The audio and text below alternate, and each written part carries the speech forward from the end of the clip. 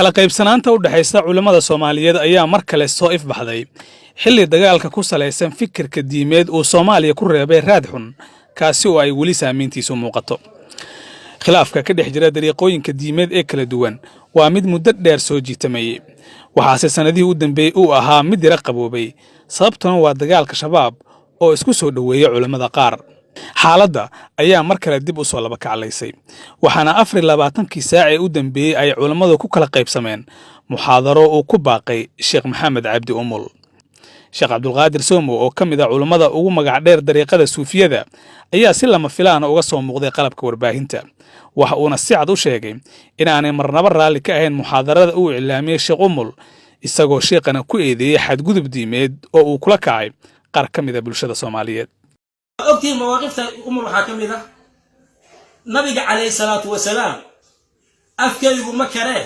سيدا أوكتين حقيرات وين أوجست نبي على حقيرة واحد ترى جركتين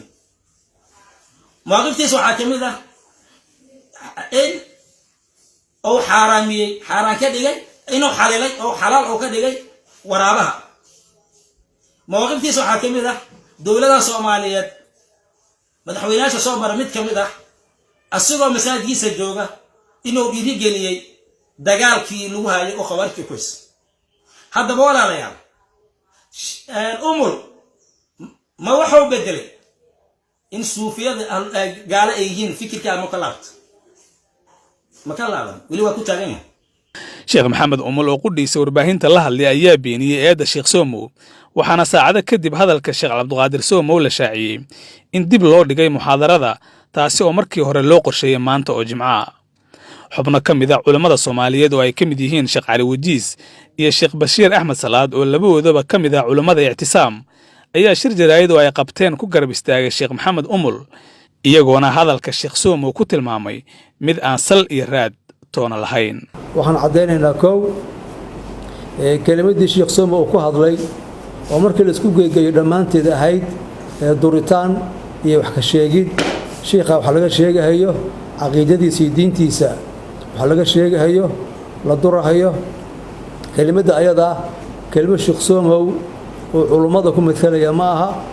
waa kelimo asaga iyo ra'yigiisa gaarka ah. qodobka koobaad waxa weeye arintaas in sheekhu uu bari ka yahay shaqana uusan ku lahayn sida Sheekh Bashiir u sheegana Sheekh Soomo haddii saasoo kale laga been abuurta ama wuxuusan ahayn lagu sheego sidaasoo kale u difaac lahayn Sheekh Maxamed Cabdi Umul asaguna la mid yahay marka waan ka difaacayna ummadana waxaan u cadeynaynaa inay baadil tahay tumooyinkaas xataa qof muslim oo caadi ah oo caami ah lama dhihi karo wax noocaas oo kale taa iska dhaafin caalim ah oo rabbaani oo la yaqaan. qaar ka mid ah culimada suufiyada waxay dhinacooda ku baaqeen isu soo baxay sheegeen inuu yahay mid lagu difaacayo diinta islaamka taasi oo xaaladda si xumeyn karta. isoo baxyadaasi ayaa qaarkood ka dhacay magaalada Muqdisho.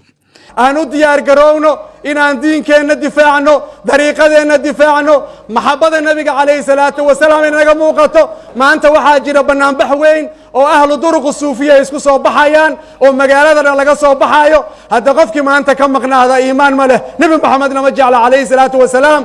taariikhda xusuusaha lahayo waxaa Sheekh Maxamed Umul uu fagaaro kala duwan si adag uga soo horjeestay habdhaqanka dariiqada suufiyada gaar ahaan xuska dhalashada nabigeena Maxamed nabadgelyo naxariis korkiisa aatee fadwooyinkaasina waa qaar ka mid ah waxyaabaha sababay kala fogaanshaha dariiqooyinka kala duwan. mawliidku bidcaba ha ahaadee balaayo kalena waa wataa ilaan bidcaba bidcanimadeeda ku eg laakiin bidcanimadiisa balaayo kaluu la dheeriyo wax kaluu wataa waxyaaluhu wata waxaa ka mid ah oo ugu daran waxyaalaha ay qaadqaadahayaan ay akhrinayaan intooda badan carabiga ma fahmaan laakiin haddaad adigoo carabiga fahmaya u fiirsato waxa la qaadqaadayo waa gaalnimo.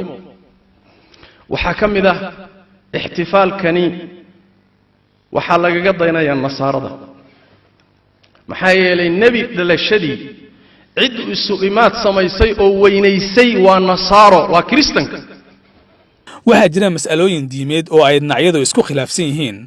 waxaana sidoo kale jira loolan soo jireena oo salka ku haya waxyaabo kala duwan kaasi oo u dhaxeeya dhinacyadan. dowladda Soomaaliya dhinaceeda waxay guddi u saartay qabanqaabada muxaadarada Sheekh Umul waxaana lagu ballamay inay qabsoonto maalinta Axadda ee soo socota. hase yeeshee dariiqada suufiyada waxay sheegeen inay ka hortagi doonaan qabsoomidda muxaadaradan. Si kasta ahaatee xaaladdan ayaa abuuri karta xiisad ka culus midda hadda taagan